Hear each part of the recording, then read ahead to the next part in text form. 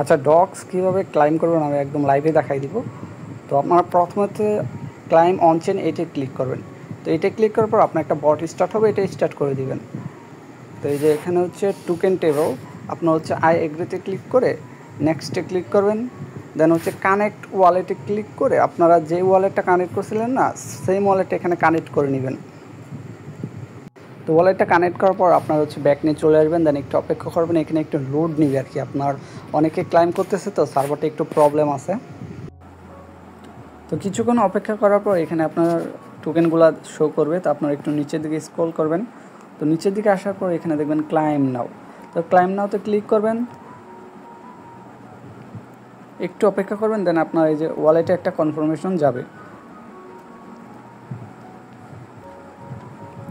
তো এখানে দেখেন লোডিং নিচ্ছে, একটু অপেক্ষা করতে হবে। তো এইখানে দেখেন আমার কিন্তু এই যে টোকেনটা শো করতেছে।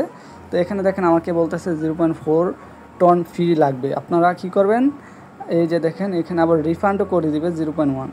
তো এগুলো প্রবলেম না, আমি দেখাবো আপনার কত ফি যাচ্ছে।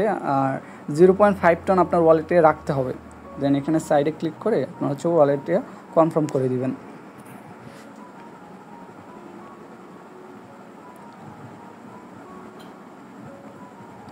তো কনফার্ম করার পর একটু অপেক্ষা করবেন। তো দেখুন আপনাদের ওয়েট ফর ট্রানজ্যাকশন কনফার্মেশন। তো আপনাকে একটু অপেক্ষা করতে হবে ট্রানজ্যাকশনটা কনফার্ম হওয়ার জন্য, কারণ এখানে অনেক ট্রানজ্যাকশন হচ্ছে। তো এই জন্য আপনার সার্ভারটা একটু ডাউনে আছে। তো একটু অপেক্ষা করবেন। আচ্ছা, প্রায় 5 মিনিট হয়ে গেল, আমার ট্রানজ্যাকশন কিন্তু কনফার্ম হয় নাই, এখনও কনফার্ম মানে পেন্ডিংয়ে আছে। তো আপনারা এভাবে ক্লাইম করে নেবেন।